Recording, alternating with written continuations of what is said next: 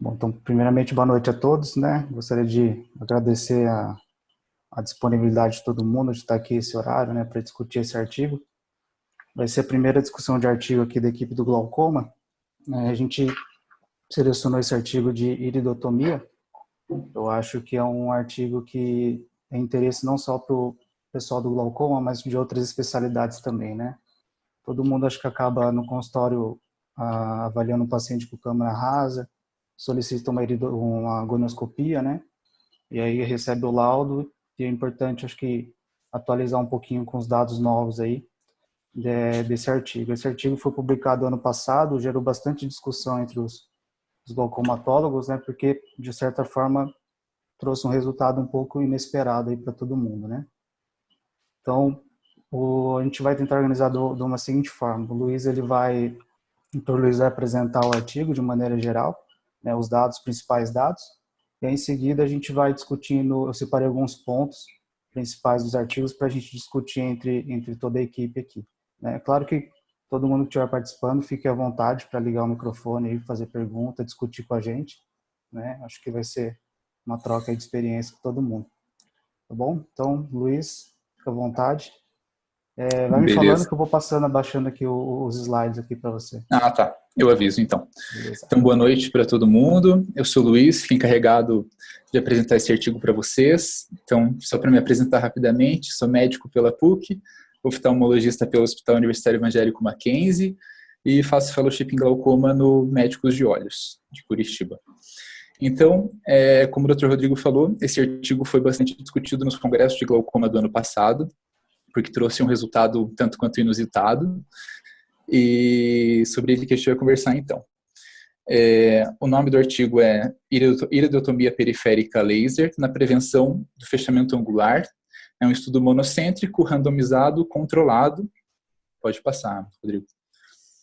Esse estudo ele foi realizado na China, e numa cidade chamada Zhangdosh. Então ele também recebeu o nome de ZAP Trial, que seria Zhangdosh Angle Closure Prevention Trial. O artigo começa falando um pouco sobre a prevalência de glaucoma. São 80 milhões de pessoas no mundo acometidas, sendo que 25% dessas pessoas com glaucoma são pacientes com glaucoma primário de ângulo fechado. Desses 25%, mais de 75% são pessoas que vivem na Ásia. É um fator de risco conhecido, pacientes asiáticos como possíveis portadores de glaucoma primário de ângulo fechado, né? Já é um fator de risco conhecido. O artigo traz também algumas causas de fechamento angular. Ele cita a localização do cristalino, a espessura e inserção da íris, a localização do corpo ciliar e grau de bloqueio pupilar. Pode passar. O artigo traz também a prevalência na China desses pacientes. Eu vou explicar para vocês a definição de cada um desses quadros mais à frente, mas o artigo traz como prevalência que 28 milhões de pessoas na China têm suspeita de fechamento angular primário. 9 milhões de pessoas com fechamento angular primário e 4 milhões e meio de pessoas com glaucoma primário de ângulo fechado. Pode passar. Então, só para ilustrar, eu tirei essa foto do Kansky, que é um paciente com câmera rasa. Todo mundo que olha dá para perceber que é um paciente com uma câmera bastante estreita, né? Então, paciente possível suspeito, né, de fechamento angular. Pode passar. Essas outras duas fotos que eu tirei do Kansky também para ilustrar. Na foto A mostra um paciente com um fechamento angular. Você não observa o trabeculado pigmentado na gonioscopia sem identação. E você consegue observar na figura B que ao identar você vê que o paciente tem sinéquia. Então, é um paciente não com suspeita de fechamento angular primário, mas sim um paciente com fechamento angular. Pode passar. Então, o que o artigo fala sobre a iridotomia em si? Ele fala que a iridotomia ela vem sendo usada desde os anos 70 e o seu tratamento para crise aguda de glaucoma de ângulo fechado já é bem conhecido. Porém, os dados são escassos sobre o tratamento profilático em pacientes suspeitos de fechamento angular primário. E justamente, como o Dr. Rodrigo falou, antes de começar a apresentação, são para esses pacientes que, na maioria dos casos, ocorre a indicação. São pacientes que, na agonioscopia, você observa que tem ângulo fechado, né? Então, o objetivo do estudo foi avaliar a eficácia da iridotomia para esses casos, na prevenção do fechamento angular primário. Pode passar. Então, eu só coloquei essas duas fotos também para mostrar para vocês como que se comporta uma câmara anterior. Na foto A é um paciente com fechamento angular, né, na agonioscopia, e na foto B, pós-tratamento com iridotomia. Então, a iridotomia realmente ajuda a abrir, né, o ângulo desses pacientes. Sobre o método do estudo. Então, é um trial intervencionista, controlado randomizado. Para esse trial, foram escolhidos pacientes entre 50 e 70 anos de idade. E, como eu falei, os pacientes selecionados eram suspeitos de fechamento angular primário. Então, qual que seria a definição, né, de suspeito de fechamento angular primário? São os pacientes em que a agonioscopia, sem indentação, você visualiza o trabeculado pigmentado em ao menos 6 horas de relógio. Desculpa, você não visualiza o trabeculado pigmentado em ao menos 6 horas de relógio. Esses pacientes suspeitos, eles não têm sinéquias anteriores periféricas e eles não têm uma pressão intraocular maior que 21, tem a PIL normal. Caso tivesse sinéquia, caso tivesse aumento de PIL, seriam pacientes com fechamento angular primário. Além disso, os pacientes suspeitos também têm nervo óptico normal, sem ausência de lesão glaucomatosa, e campimetria também normal. Então, são pacientes que não têm glaucoma, né? Pode passar. Sobre o método do estudo, então, o que é interessante nesse artigo? Dos pacientes selecionados, cada participante recebeu iridotomia periférica em apenas um dos olhos. Portanto, o próprio paciente foi controle de si mesmo, né? Porque um olho foi tratado com iridotomia periférica e o olho contralateral não foi tratado, né? Eles fizeram um follow-up de 72 meses. O artigo fala que, na realidade, eles queriam fazer um follow-up de 3 anos. Só que os eventos foram muito raros ao longo de 3 anos. Então, eles decidiram estender esse trabalho por mais 3 anos e eles incluíram ainda, se eu não me engano, 155 pacientes. Então, ficaram aí 6 anos, né, de follow-up.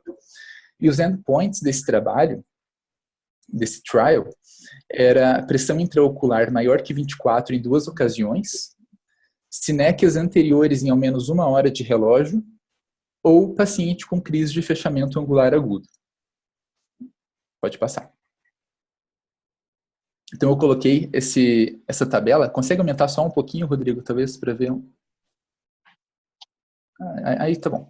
Então, eu coloquei essa tabela só para mostrar para vocês como que eles fizeram o perfil do estudo, né? Foram então 11.991 pacientes que passaram por screening, sendo que desses, 889 foram selecionados. Desses 889, como eu falei para vocês, cada um deles recebeu iridotomia periférica laser em um dos olhos e o outro olho serviu como controle. Eu já vou adiantar, porque eu vou falar no próximo slide também, eu coloquei ali grifado, que sobre o endpoint que eu falei para vocês, dos pacientes que receberam a iridotomia, 19 chegaram ao endpoint, evoluíram então com fechamento angular, e dos pacientes que não receberam iridotomia, os pacientes controle, 36 chegaram a esse endpoint. Depois a gente pode voltar para as tabelas para a gente discutir um pouco mais. Pode passar, Rodrigo. Essa outra tabela também está mostrando para vocês as características dos pacientes que foram selecionados. Eu acho que é bem interessante mostrar aqui é o diferencial realmente desse trabalho. Se vocês verem ali onde eu sublinhei, na tonometria de aplanação de Goldman, a pressão intraocular dos pacientes dos olhos controle e dos olhos que receberam iridotomia eram iguais, mesmo antes e após o teste provocativo. A profundidade ali da câmara anterior, tanto na graduação de Schaffer quanto na graduação de Van Herk, também iguais, Vocês podem ver ali que a maioria dos pacientes realmente tinha uma câmara bastante rasa. E o número de quadrantes com fechamento,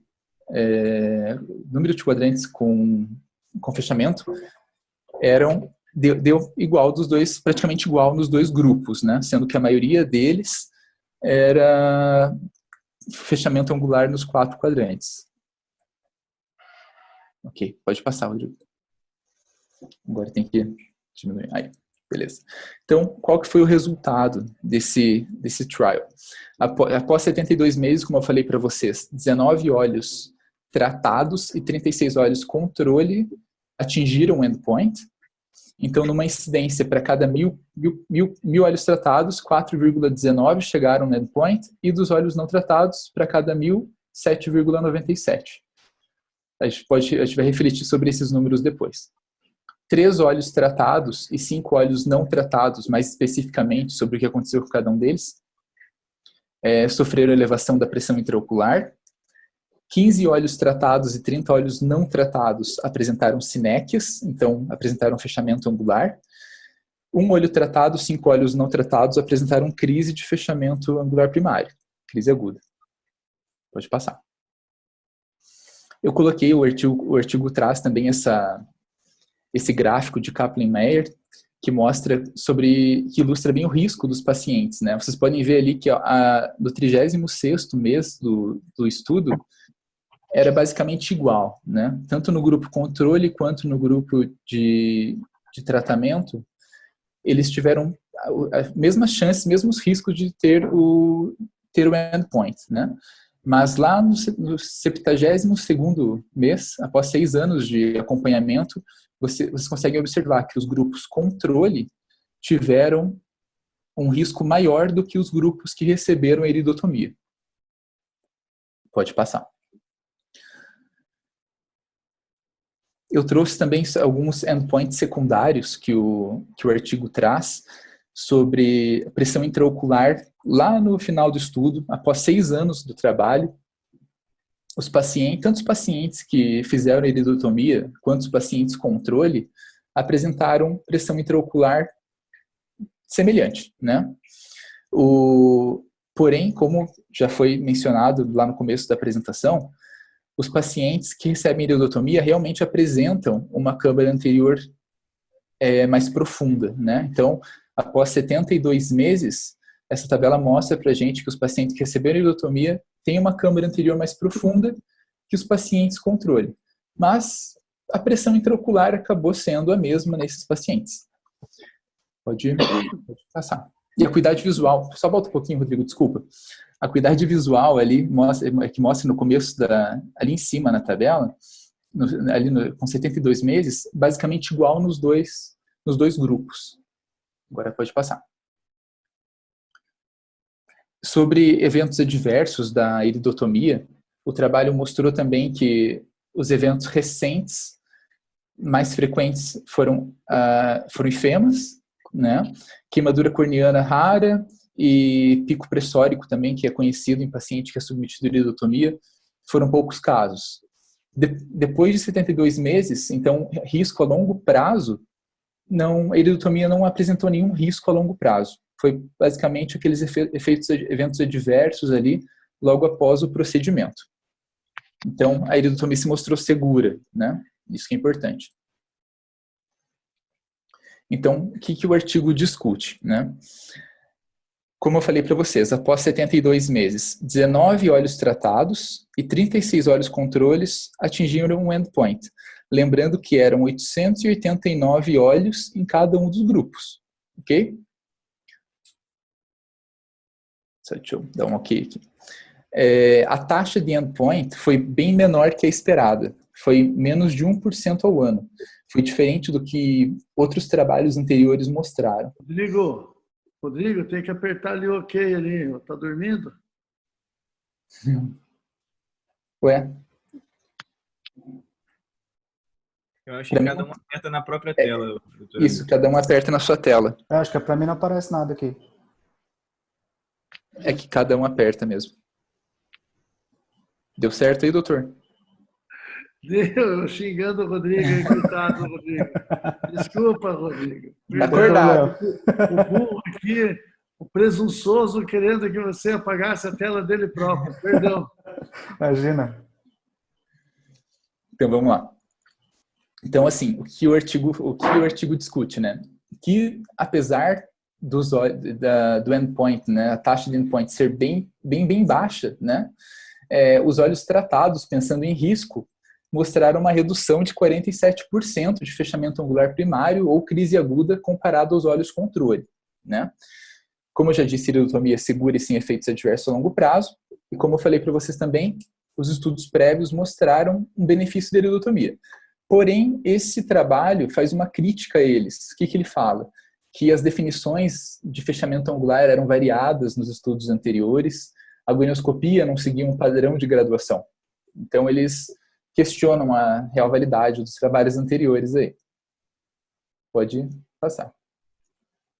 Então, assim, ó, foi necessário tratar 44 pacientes em 6 anos para prevenir um caso de fechamento angular primário, isso ainda sem impacto na função visual. Então, o artigo questiona o quanto que a gente está investindo, até na questão econômica mesmo, né, indicando iridotomia para esses pacientes, se você for tratar 44 pacientes em 6 anos para prevenir um caso de fechamento angular primário. E sendo que a função visual seria, né, o nosso principal objetivo, não teve impacto algum na função visual desses pacientes. Em pacientes com fechamento angular primário, existe, e ainda mais, considerando que em pacientes com fechamento angular primário, esses pacientes têm 35% de risco de apresentar uma perda visual em 5 anos, o número necessário para tratar seria 126 para evitar um paciente com perda visual. Então, esse artigo fala quantos pacientes que têm que ser submetidos à iridotomia para você evitar que um tenha perda visual, ou quantos pacientes tem que tratar para que apenas um não tenha um fechamento angular primário, né? Então, o que o artigo considera? O artigo considera a iridotomia não viável como estratégia para prevenir perda visual em paciente com suspeita de fechamento angular primário, tá? Eu acho que era isso. Vamos ver. É isso aí. Então, acho que nosso objetivo agora é discutir, cada um dos doutores falar o que faz na sua prática, e acho que gostaria de saber também se esse artigo teve algum impacto no que já vinha sendo feito por cada um de vocês. E se alguém tiver alguma dúvida sobre o artigo, pode perguntar que a gente conversa. Deixa eu ativar meu áudio aqui. Pronto. Então, obrigado, Luiz, pela apresentação. Apresentou os dados aí de forma geral, né? Agora eu vou colocar na tela aqui alguns dados a mais ali para a gente poder gerar discussão, tá bom? Deixa eu saber compartilhar minha tela aqui.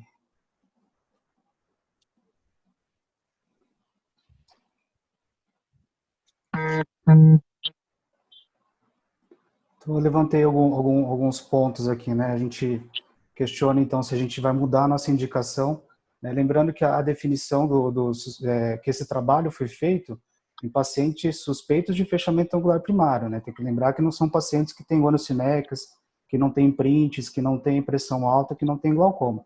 É esse tipo de população que o trabalho estudou, né?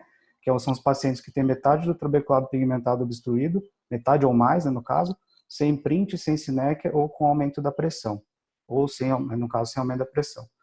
Então, pensando nesses casos, né, eu trouxe alguns dados antigos mostrando que até o próprio trabalho cita, né, que tem um estudo de corte indiano que mostrou que 22% evoluíram do suspeito de fechamento angular para um fechamento angular, um número bem diferente do dado atual, né? E um outro follow-up de 93 também mostrou uma taxa de aproximadamente 20%, né, de conversão do suspeito por um fechamento angular primário, né? E isso numa população predominantemente branca, né? E assim, então eu queria chamar a doutora Ana, né, para falar o que ela acha desses novos dados, né, fazendo esse comparativo com os dados antigos, e falar, na opinião dela, na prática dela, se isso mudou um pouco a rotina, como que ela tem feito as novas indicações, comparando antes com depois, após esses dados todos.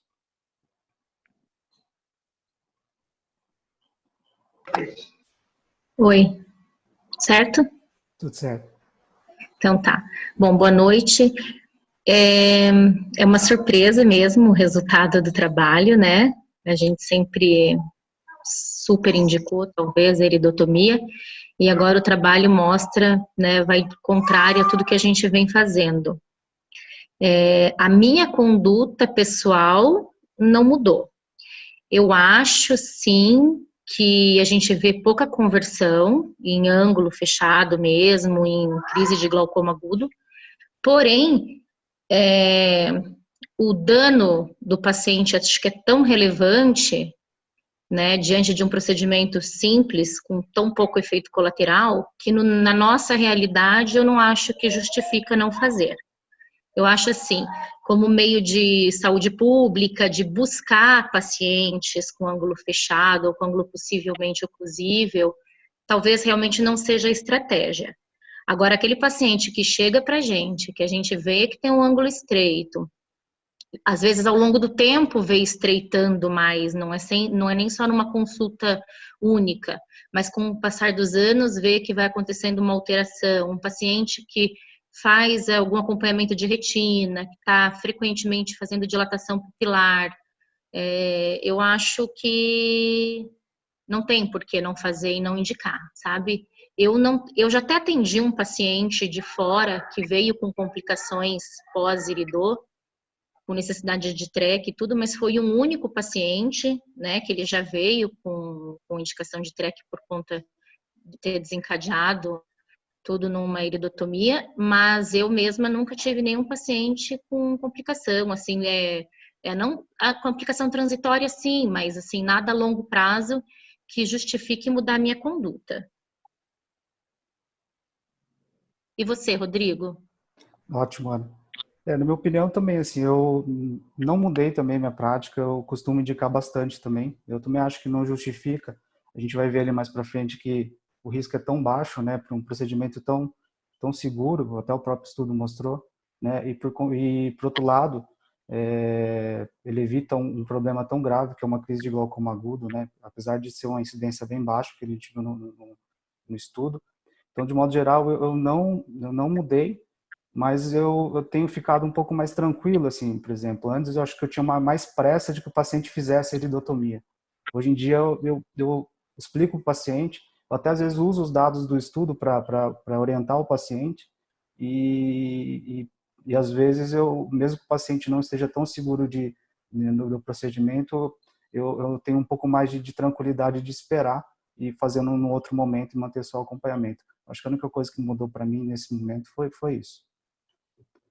Mais alguém quer comentar nesse? Eu vou passar alguns outros pontos aqui, a gente vai discutindo, mas quem quiser comentar Rodrigo, nesse... só falando mais uma coisa, a gente tem contato com os pacientes cegos por conta de fechamento angular, tudo, mas realmente isso é nos pacientes mais humildes, né? Que não tem, assim, uma frequência de consulta, de avaliação. É difícil realmente a gente pegar um paciente que tenha perda de visão por um fechamento angular num paciente mais esclarecido, de consulta periódica, né? Uhum. Justamente esses que não têm uma consulta periódica, que seriam abrangidos pela iridotomia assim mais, né, profilática, são os pacientes que a gente vê chegar já com uma visão baixa. Infelizmente, a classe mais baixa mesmo, social. Ótimo.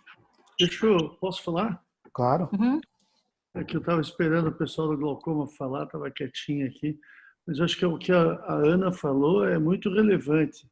Primeiro, o Moto mostrou que o estudo que o Luiz apresentou não são pacientes com glaucoma.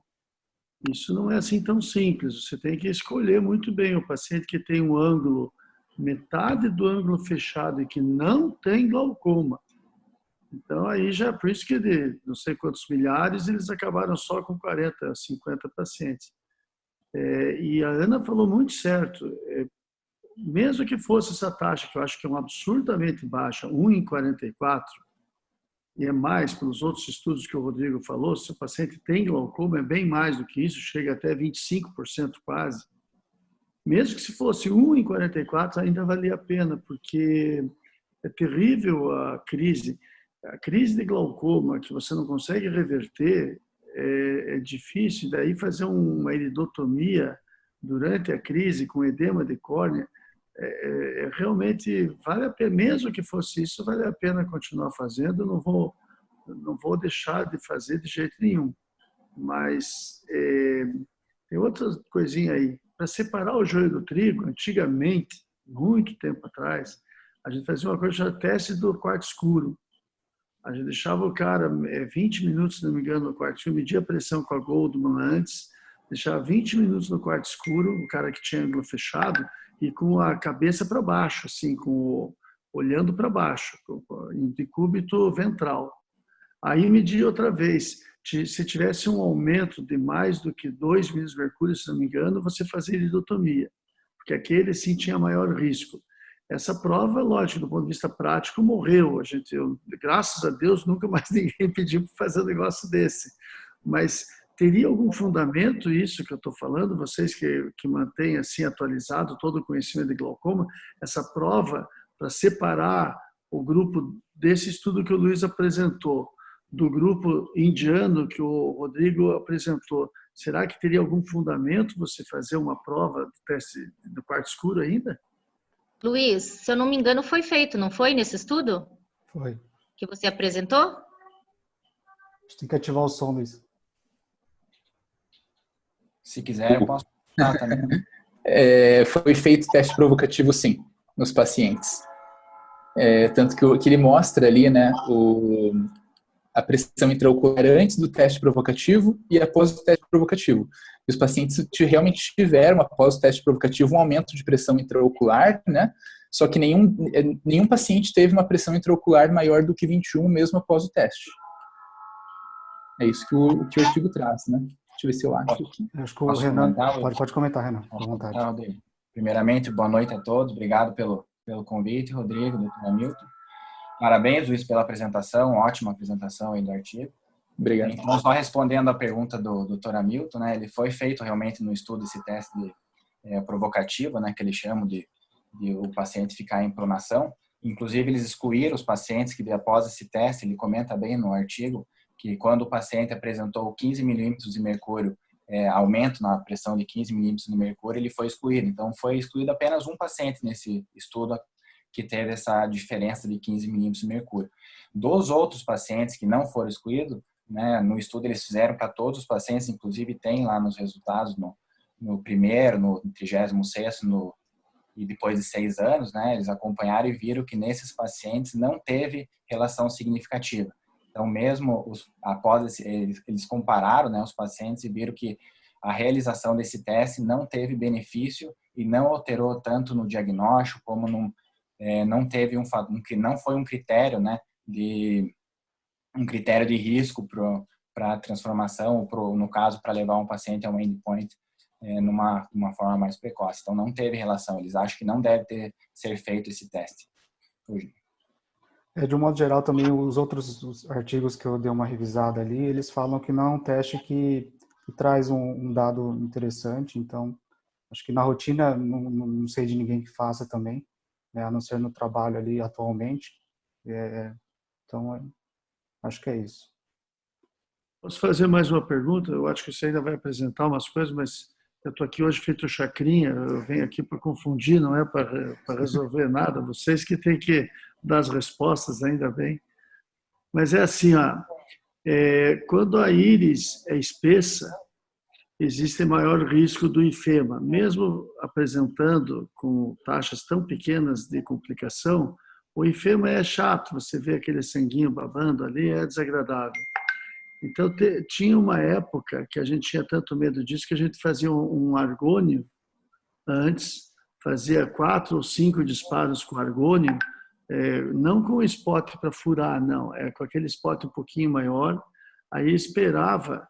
Depois desse argônio, a gente esperava alguns dias, a íris dava uma atrofiada e afastava da córnea, e aí você fazia com o IAG, fazia a abertura. Essa técnica ainda existe, essa indicação para essa técnica, porque eu nunca mais vi ninguém fazer isso, porque os IAGs melhoraram muito também. O IFEMA é tão pouco relevante, como mostra o estudo que o Luiz apresentou, é tão pouco relevante que não precisa ter medo e toca pau com o IAG, que sangrar um pouquinho, grande coisa, não vai fazer nenhuma diferença. Como é que é hoje em dia? O IFEMA ainda assusta ou não assusta nada, nem um pouquinho? Para mim, na minha rotina, né, eu estou há pouco tempo aí fazendo laser, né, mas eu nunca fiz argônio, para falar a verdade, só fiz IAG.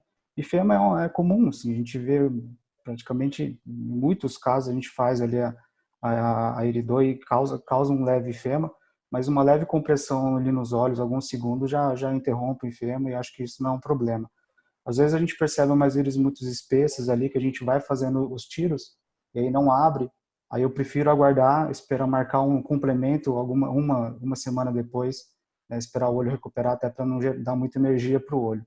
Mas fazer o argônio eu nunca fiz nesses 3 anos aí de glaucoma.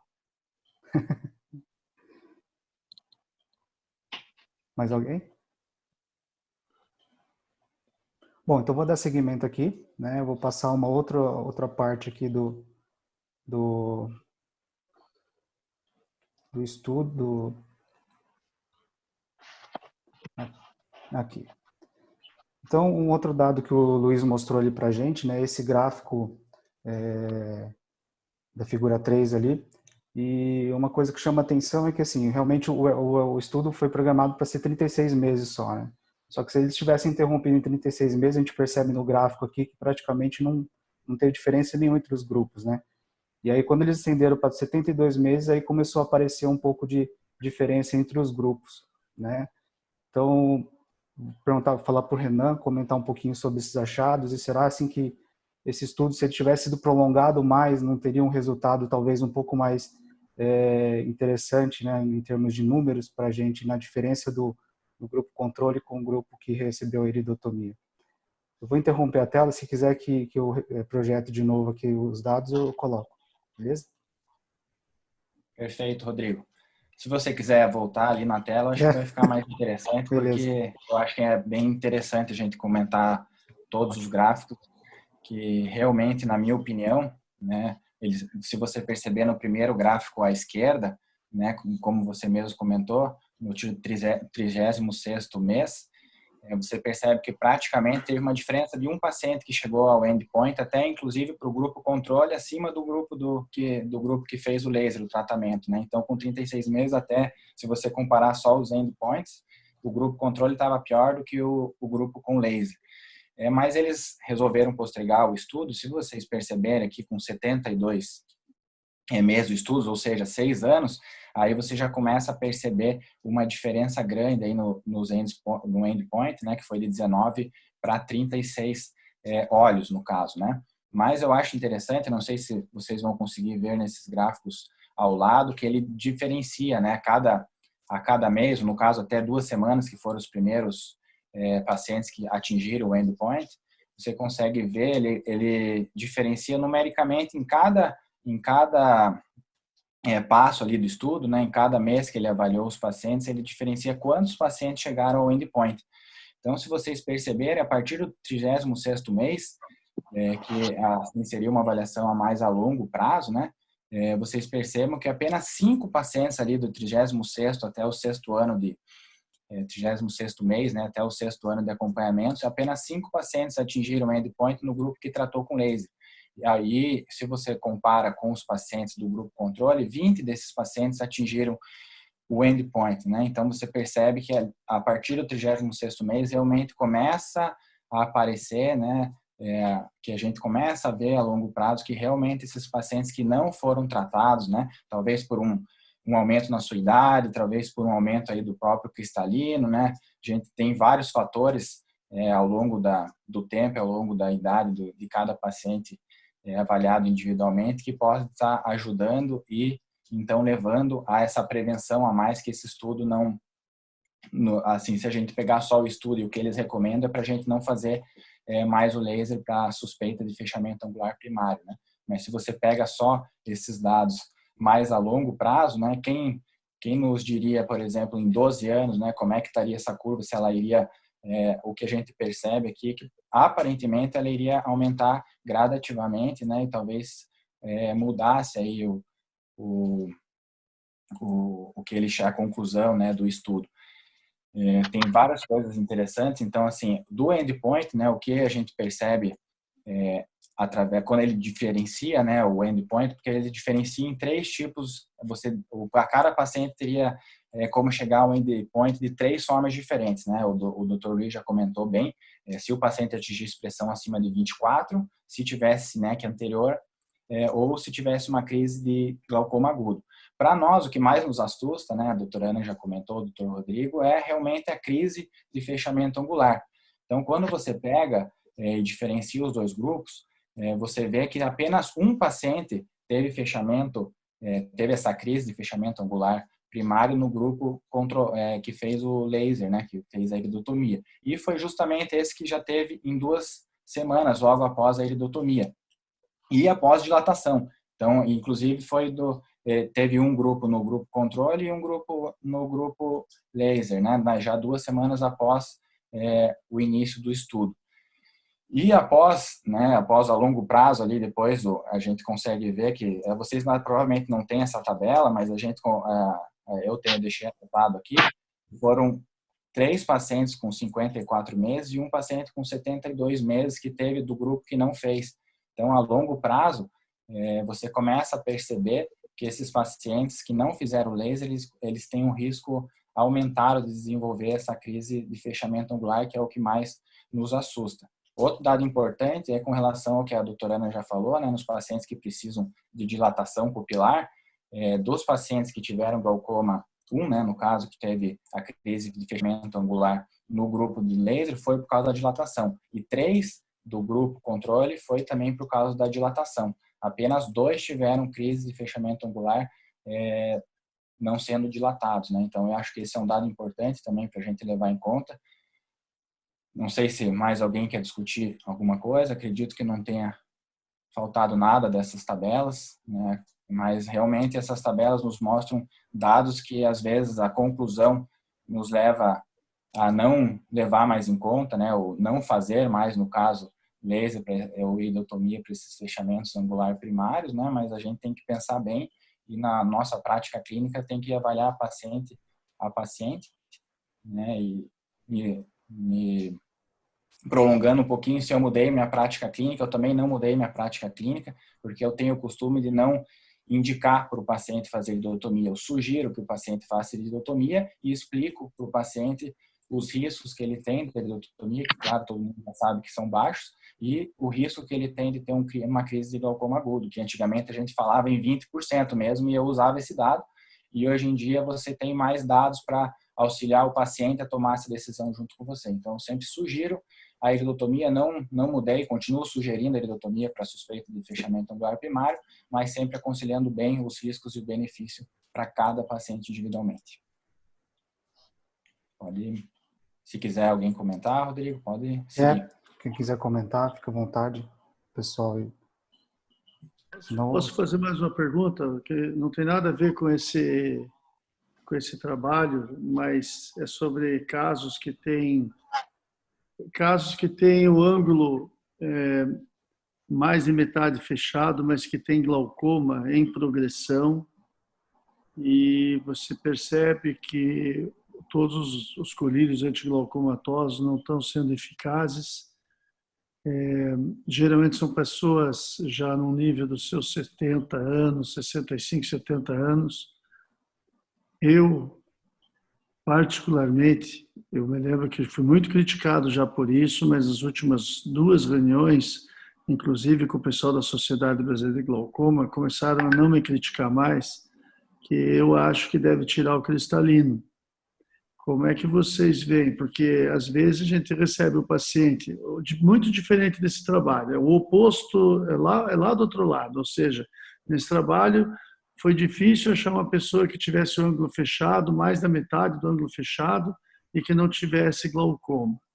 Então, agora a gente vai passar na nossa cabeça e passar por todos aqueles que já têm glaucoma e vamos lá para frente naqueles que você tem risco de glaucoma agudo e 20 de visão ou 25 de visão. A única coisa que a gente percebe que vai realmente fazer a abertura do ângulo com aquela báscula é tirar o cristalino. Como é que está a posição de vocês em particular? E talvez vocês possam falar sobre aquele consenso da Sociedade de Glaucoma. A Heloísa está escutando a gente também, talvez ela possa falar alguma coisa sobre isso.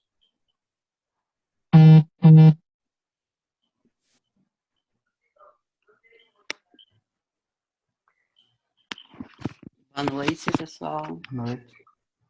Obrigada aí pelo convite, não sei se... eu acho que nesses casos,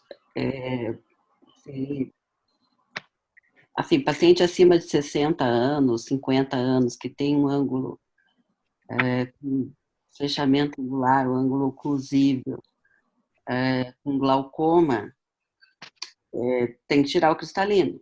Mas o que a gente precisa ficar atento é que a cirurgia de catarata pode não ser suficiente, né? O que a gente precisa fazer uma distinção clara é que por muitas pessoas começaram a discutir que tirar o cristalino tratava glaucoma, né? Você vai ter uma redução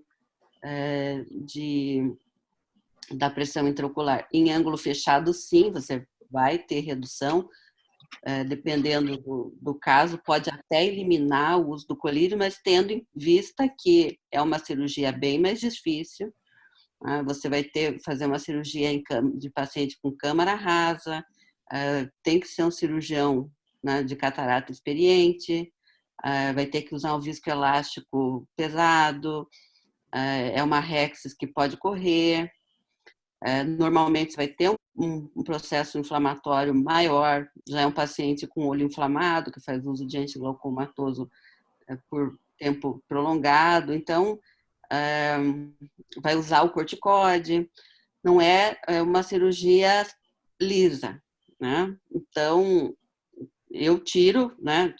Tem que tirar o cristalino, e dependendo do caso,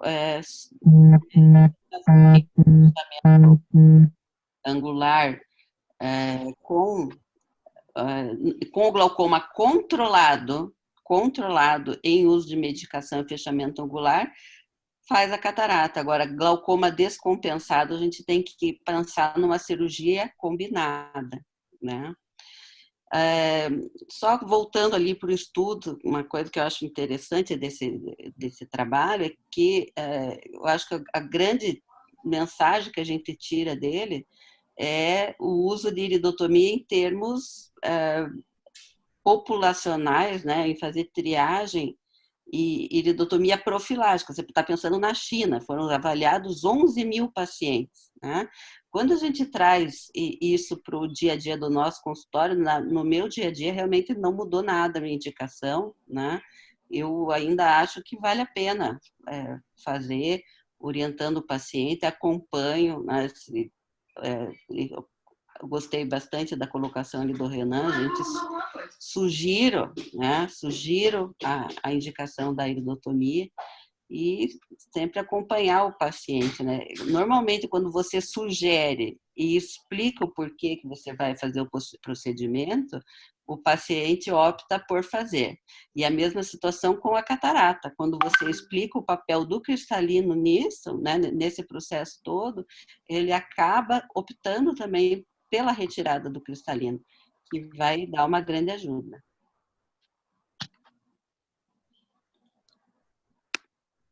Muito bom. Obrigado, doutora Heloísa, pela explicação para a gente. Alguém quer mais comentar alguma coisa nesse sentido? Eu vou dar seguimento aqui nos slides. Rodrigo, gostaria só de sugerir, de repente, para uma próxima reunião, a gente discutir aquele artigo Eagle, que foi lançado ano passado também, que fala justamente disso, sobre a extração de cristalino sem catarata em pacientes com glaucoma, como a doutora Heloísa falou. Isso. Acho que gera bastante debate também, né? Aham, podemos discutir, sim. É um artigo que compara justamente a iridotomia com a extração do cristalino transparente, né? Acho que sim.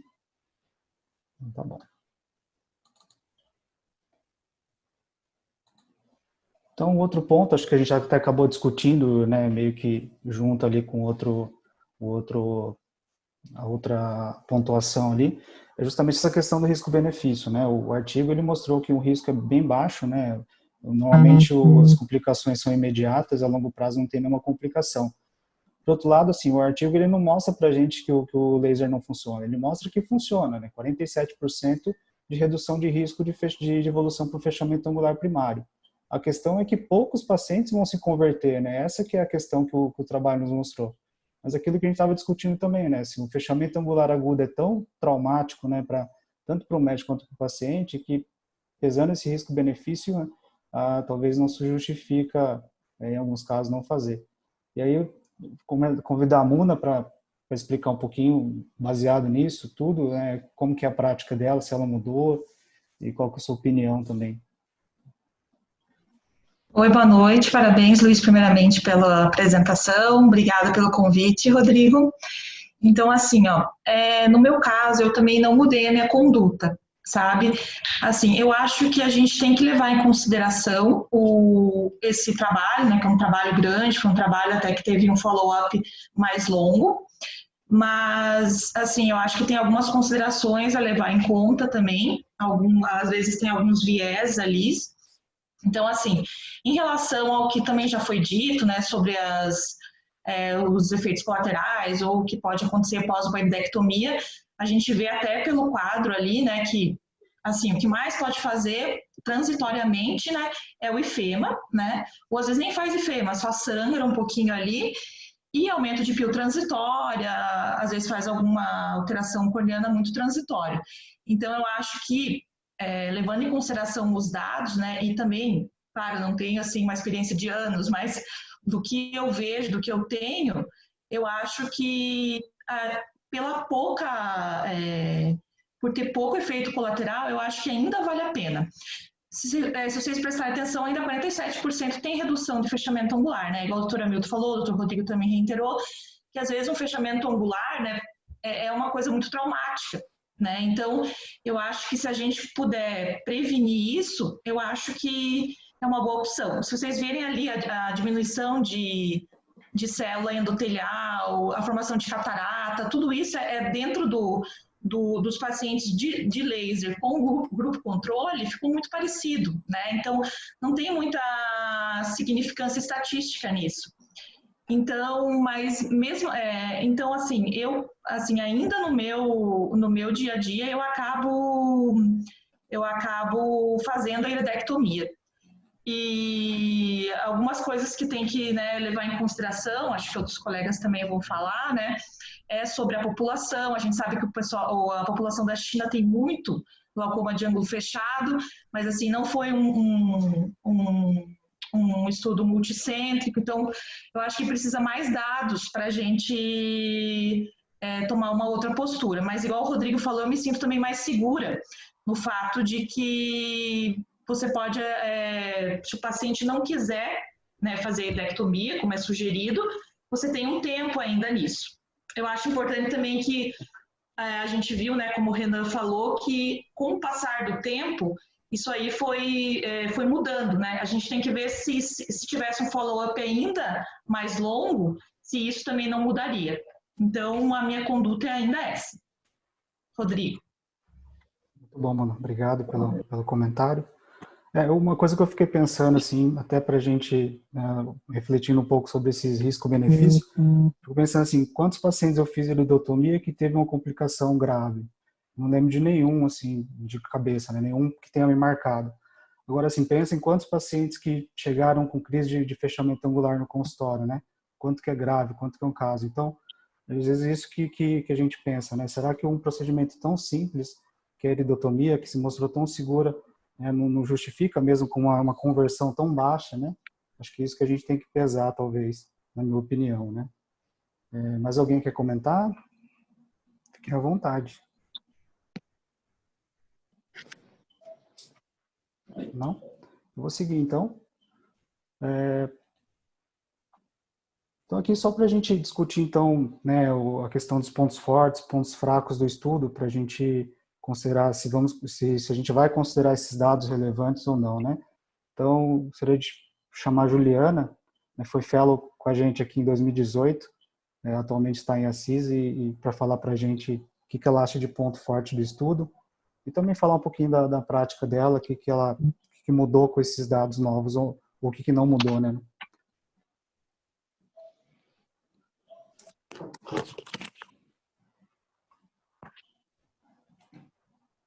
Ju? Oi, boa noite.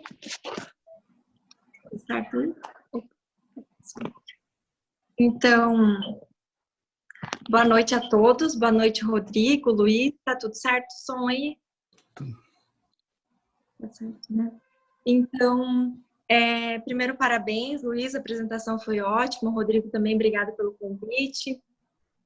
O que eu acho importante desse estudo? Eu acho que ele é um estudo que vale a pena a gente considerar, ele é um estudo que é importante, para mim ele foi relevante.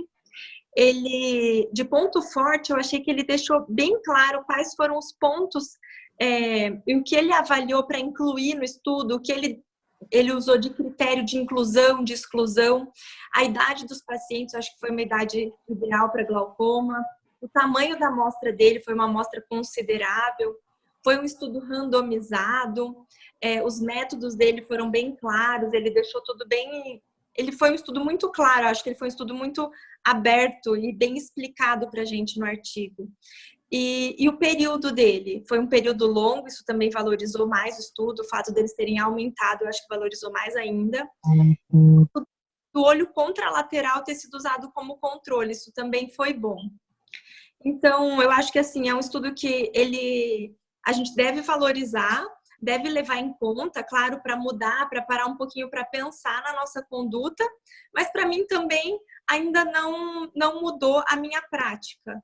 Eu uso o que eu aprendi, eu indico a iridotomia ainda, também explico muito para o paciente que a chance é pequena a chance dele ter uma crise aguda de glaucoma, mas é um evento catastrófico, que eu acho que é o que todo mundo fala.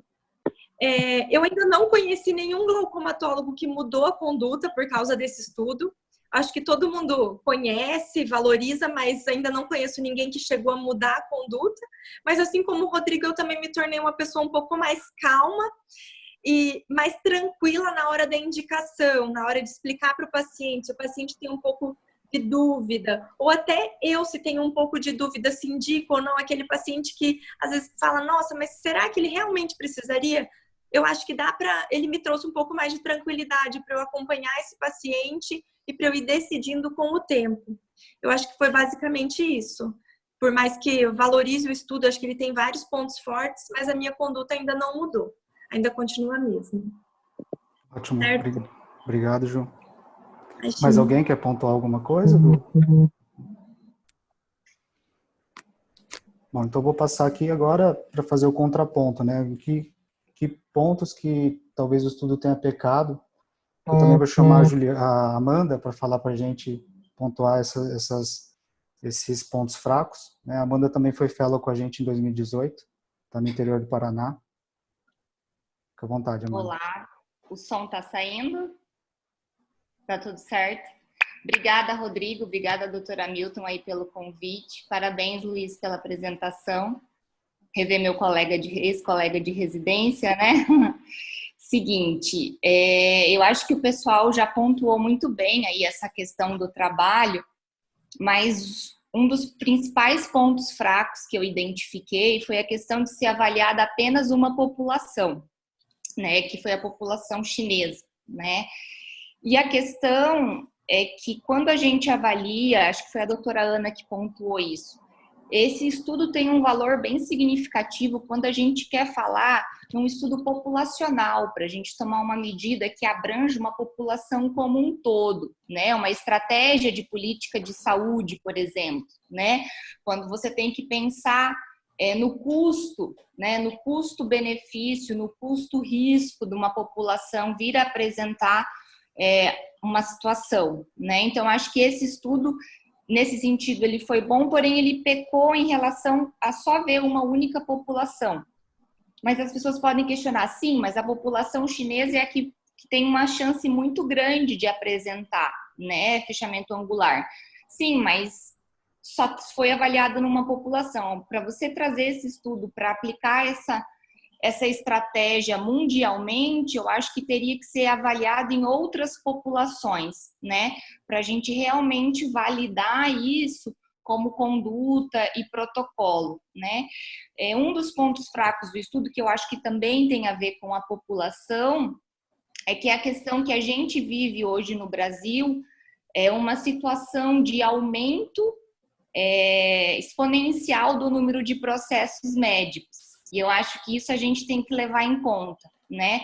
Quando a gente olha para a população e vê realmente o número, vale a pena fazer iridô, mas você tem que tratar muita gente para uma pequena parcela ser beneficiado. Sim, mas e se dentro daquela parcela é o teu paciente que teve uma crise, né? Eu acho que isso nos faz pensar, se é o teu paciente, a gente que faz glaucoma e muita gente que atende urgência pega casos assim, né?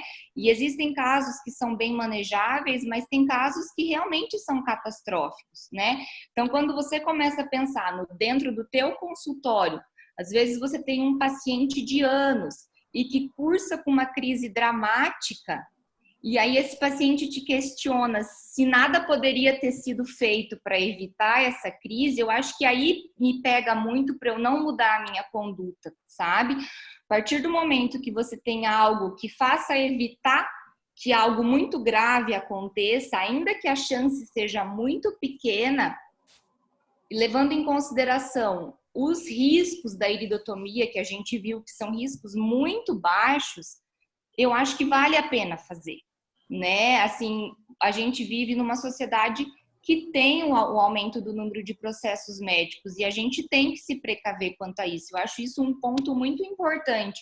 O paciente te questionar se algo poderia ter sido feito para que evitasse, você não tem como dizer que algo não poderia ter sido feito, né? O estudo nos 72 meses mostrou que realmente teve algum benefício. É baixa? É baixo, mas tem, né? E aí, quando você traz para o teu consultório, para a tua realidade, você pegar um paciente assim, que você deixou de fazer, e quando a gente para pensar que quando a gente fala no número de cegos, o glaucoma primário de ângulo fechado, né, que é uma consequência do fechamento angular, que pode ser uma consequência do fechamento angular, você vê que ele é muito expressivo no número de cegos, né? A evolução é muito mais rápida para a cegueira, né? Então, acho que quando a gente leva em consideração a gravidade do caso e pensando na tua realidade, eu realmente não mudei a minha conduta. Eu acho que o estudo precisa ser visto em demais populações, apesar dos orientais terem mais chance, mas eu acho que a gente tem muitas variabilidades aí a serem testadas. A gonioscopia é um exame muito examinador dependente, né? Que a gente tem essa variável também do estudo, a gente não tem como estabelecer um padrão de gonioscopia mundial, é muito examinador dependente, né? Então, isso é um X que tem que ser avaliado dentro do estudo, mas a nível populacional, acho que se fosse olhar, por exemplo, o Sistema Único de Saúde, né, que é o que a gente tem, talvez seria algo a ser validado, mas se é você que está na linha de frente ali no Sistema Único de Saúde, se dá conta de um paciente que aconteceu isso, eu acho que a gente fica ainda com um pouco de receio de implantar isso como um protocolo mesmo nos serviços aí de cada um. Acho que esses são os pontos negativos que, a meu ver, pegam bastante ainda o estudo, que dá uma margem para ele ser ainda muito explorado, né? Eu acho que esse estudo tem margem ainda para ser continuado, né? Porque fazendo um follow-up de mais anos, talvez a gente se surpreenda, ou que essa distância do controle e dos pacientes aumentem ou ela se estreite, isso a gente não tem como saber, né? E realmente trazer esse estudo para outras populações. Acho que seria bem interessante. Não é isso, Rodrigo? Ótimo, obrigado, Amanda. Tá ótimo, obrigado. Mais alguém quer comentar Alguma nesse sentido? Não? Acho que aqui, ó, o doutor Felipe Hertal perguntou aqui no bate-papo, máxima de energia, acho que a doutora Heloísa está respondendo. Doutora Heloísa, se quiser responder aqui, fique à vontade.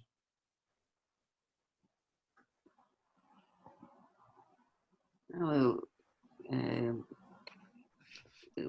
respondi antes, o doutor Hamilton comentou, né, do uso do argônio. Eu cheguei a usar quando os IAGs tinham pior qualidade, né, a energia era mais baixa, então a gente usava um spot maior para deixar a íris mais afilada antes da iridotomia. Hoje usa-se pouco, né? Há muito tempo não uso isso. Então, o que a gente faz para a íris espessa? Eu costumo aumentar bastante a energia. Aumento a energia para 8, 9 milijoules, já vendo que essa íris é espessa, nem começo com... Eu vi que tem a Bruna, o Vitor, que foram meus residentes lá no HC. A gente já começo com energia alta, porque a gente sabe que não vai abrir, né? Então, e às vezes com 1, 2 tiros você já consegue abrir essa íris, né?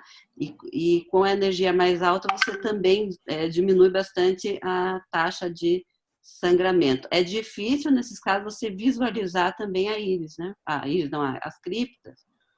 Então, quando eu uso essa energia mais alta, normalmente não passa aí de uns 4 tiros. A gente vê que tem aquela reflexão, sempre com lente, né? Vê a reflexão do tiro, muitas vezes na córnea. Às vezes precisa realmente fazer em 2 sessões, mas depois que eu comecei a aumentar a energia, começar com uma energia mais alta, diminuiu bastante a necessidade de fazer em 2 sessões. Bom, obrigado, doutora Heloísa, pelo relato aí do dia a dia, né? Mais alguém quer comentar alguma coisa nesse sentido? Eu gosto do burst mode, Luísa. Eu gosto teoricamente, né? Se você for olhar nas bases do laser, quando se faz o burst mode, você pode usar menor energia com maior efeito. Então, o burst mode que a gente tem no nosso laser é de 2 ou de 3 disparos, se não me engano.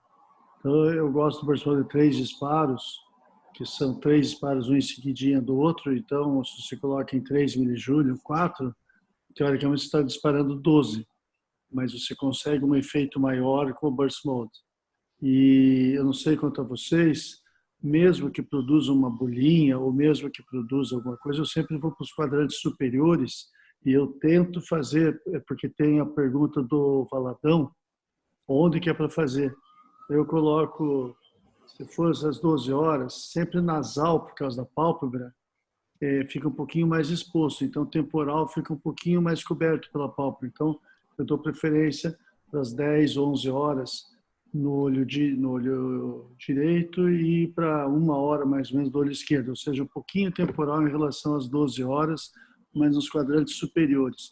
No fundo, ele é tão pequenininho que acaba não tendo nenhum risco daqueles efeitos ópticos. Eu, pelo menos, nunca vi um paciente meu reclamar de uma iridotomia feita pelo IAG laser. Já a iridectomia feita cirurgicamente já é mais complicado, mas a iridotomia pelo IAG laser não existe assim um efeito tão deletério. Eu já vi pessoas eu não me lembro de eu ter feito, mas às vezes a cripta fica muito mais legal assim na região temporal e às vezes fazem ali mesmo. Apesar de não ficar muito legal, eu gosto de esconder embaixo da pálpebra, as pessoas às vezes fazem isso e não vejo assim opticamente um problema muito grande com isso. Então é só para falar sobre o local. E escute, vocês, todos eles reclamam de dor, né? Pelo menos os olhos que não estão inflamados, né? Porque quando o cara está inflamado, ele já nem sente mais. Mas quando é aquele olho bonitinho, todo mundo, quando você dispara, é tão rápido que acabou, mas o cara puxa a cabeça para trás, né? Ou vocês têm algum segredinho que não dói? Fala aí para mim, vocês que fazem mais isso, muito mais do que eu. De modo geral, o primeiro tiro, o paciente sempre assusta ali, normalmente o primeiro, então eu aviso no primeiro tirinho ali, que normalmente ele vai sentir um desconforto, mas eu sinto, não sei se é a percepção dos outros discutidores, mas eu sinto que o paciente se incomoda muito mais com a pilocarpina do que propriamente com laser, assim, ele se queixa muito de dor de cabeça com a pilocarpina, com preparo ali. Então, o laser, às vezes, o desconforto é secundário ali, na minha pouca experiência ali. Geralmente a queixa é só no primeiro tiro mesmo. E depois que a gente, né, desde que a gente tem aquele nosso IAG novo lá, que já tem alguns anos, é impressionante. Os pacientes não se queixam. Eu fui esperando a queixa e nada. Só para falar um pouco a questão da posição, eu não me preocupo tanto com a posição mesmo, eu acho que o risco de ter uma queixa ali é bem baixa. Eu dou preferência onde tiver uma cripta, realmente. Eu procuro bem onde tem uma cripta, porque é bem mais fácil fazer. Então, onde a cripta estiver ali, eu faço, não tem muita restrição de posição. É claro, se tiver uma cripta ali na posição superior, onde a pálpebra cobre, dou preferência, mas se tiver ali às 3, às 9, eu faço também, e eu cheguei a ler algumas coisas e eles falam que não tem muita diferença não fazer naquela região, até porque é um orifício tão pequeno ali, né? Rodrigo. Oi? Oi, Ana. É uma coisa também que eu tenho, assim, né, não tenho muitos anos de experiência, mas é uma coisa que eu também, depois de ler alguns artigos, acabei mudando muito esse padrão de fazer as 10 no olho direito, as 2 no olho esquerdo. Quando você procura bem, perde tempo examinando bem a área superior ali, das 10 às 2 ou das 9 às 3, e acha uma cripta boa, você usa muito menos energia, você ganha muito mais tempo na iridô, os pacientes têm menos ifema, têm menos queixa, você faz com muito menos energia uma qualidade de iridô melhor. Então, às vezes, eu perco mais tempo examinando bem o olho, procurando uma cripta que eu acho que vai ser mais fácil de fazer do que chegar, sentar e já fazer num padrão pré-estabelecido. Isso eu tenho perdido cada vez mais tempo para usar menos energia. Ótimo. Muito bom. Mais alguém quer comentar? Bom, então eu vou projetar o último slide ali, então, só para a gente finalizar, então. Coloquei aqui de comentário final, eu achei interessante uma avaliação, né, um comentário desse estudo, que ele comentou assim que a gente pode fazer, baseado nos dados que esse estudo nos trouxe, né, a gente pode fazer um paralelo com a hipertensão ocular de antigamente, né? Antigamente, todos os pacientes acima de 21 de milímetros de mercúrio na pressão intraocular eram tratados, né? Isso era como se fosse uma rotina. E aí, quando veio o estudo Oates, em 2002, eles viram que a conversão desses hipertensos oculares para glaucoma era baixíssima, né? A cada 10, um só convertia em glaucoma. Então, a gente poderia dizer que, tratando 10 pacientes, você estaria tratando 9 desnecessariamente, isso num prazo de 5 anos, né? E aí, com esses estudos, entendendo um pouco esses dados, passou a ser indicado, então, o tratamento dos pacientes com fatores de risco, né? Placa fina, PIO elevada, muito elevada no caso, né? Uma idade mais avançada ou campo visual alterado. E talvez assim a gente está caminhando, né, usando esses dados do estudo para justamente pensar da mesma forma com o suspeito de fechamento angular, né? A gente vê pelo estudo que a taxa de conversão é muito baixa, então pensando em toda aquela questão assim, não vou fazer para ninguém, eu acho que não é o que a gente discutiu aqui, né? Todo mundo até mudou pouco a conduta, mas talvez assim, pensar então em indicação mais incisiva ali, nos pacientes de alto risco, né? Então, aquilo que já foi comentado com todo mundo, né? Aquele paciente que precisa de dilatações frequentes, por exemplo, pacientes que têm retinopatias, que tem consultas com a retina frequentemente, faz dilatação e tem uma suspeita de fechamento angular, eu acho que é um paciente que vale, né? A gente fazer ali mesmo não tendo nenhum sinal de fechamento angular. Também, hoje em dia, né, muitos pacientes usam antidepressivos, então acho que é um paciente de risco, né, de ser feita uma iridotomia ali, e um histórico familiar de fechamento angular ou glaucoma primário de ângulo fechado, eu acho que pode ser, na minha opinião, também um fator que a gente tem que levar em consideração. E outro dado também, né, pensando nessa questão no longo prazo, Se a gente tem um paciente que acompanha bem próximo da gente ali, a gente vê aquele paciente que você pede retorno em 6 meses e ele volta em 6 meses, eu acho que é um paciente que dá para ser acompanhado com uma certa segurança com gonioscopias periódicas, né? Só que aí a gente pega muitas vezes pacientes que faltam em consultas, né, perde o retorno, e aí esse paciente eu teria um pouco mais de medo de deixar de fazer um procedimento e acabar evoluindo de uma forma ruim, né? Então, talvez eu achei interessante esse paralelo com a hipertensão ocular, eu acho que pode ser que seja esse raciocínio, né, um meio termo aí, né? Mas alguém quer comentar alguma coisa? Rodrigo, eu acho uma droga que é importante a gente citar é o topiramato, Uhum. né, que a gente vê que tem sido bastante prescrita, né, para tratamento de enxaqueca, até para tratamento de obesidade, e nem sempre os pacientes referem o uso, e também, né, antes do uso da medicação, ninguém pede a realização de gonioscopia. Uhum. Então, o topiramato faz um shift, né, do ângulo, né, a gente precisa avaliar. Então, acho que é uma outra droga aí que muitas vezes a gente precisa ficar atento. Uhum. É bem lembrado, a gente costuma também pegar bastante casos assim, né, com os de topiramato. Eu recentemente, até essa semana passada, eu tive um caso de fechamento angular bilateral por antidepressivo, sabe? Um paciente que está evoluindo bem ruim, assim, não saiu da crise, eu tive que fazer uma track de urgência dela, e eu estou programando, fiz um olho, agora ela está bem, e agora está programando para fazer o outro olho. Então, é esses pacientes que a gente pensa, né? Será que uma iridotomia, alguns anos atrás, não teria evitado tudo isso, né? Então, isso que a gente fica um pouco com medo, né, de não fazer quando a gente tem a oportunidade, né? Mas é isso, Então pessoal. vai piorar agora, né? Nesse período. Vai piorar agora nesse período. Pois é, isso mesmo. Mas parabéns aí pela discussão. Muito, muito bom. Obrigado. Mais alguém quer comentar alguma coisa? Não? Ótimo. Então, vou finalizar aqui a reunião, né? Queria agradecer a todo mundo, né, que participou da discussão, né, as dúvidas que foram levantadas, a doutora Heloísa aí que compartilhou um pouco da experiência aí com a gente, né? Acho que foi uma discussão bem rica, né? Se todo mundo tiver gostado, a gente pode fazer outras discussões aí para frente, né? Agradecer a todo mundo, então, por ter ficado até o final aqui discutindo com a gente sobre esse tema que parece, né, um pouco mais específico num primeiro momento, mas, igual eu falei, né, todo mundo acho que tem algum caso, ele acompanha algum caso com câmara rasa, né, e saber desses dados e saber orientar o paciente quais são os reais riscos, né, eu acho que ajuda junto com o paciente, tomar essa decisão ali no consultório, né. Então é isso. Obrigado a todos, boa noite.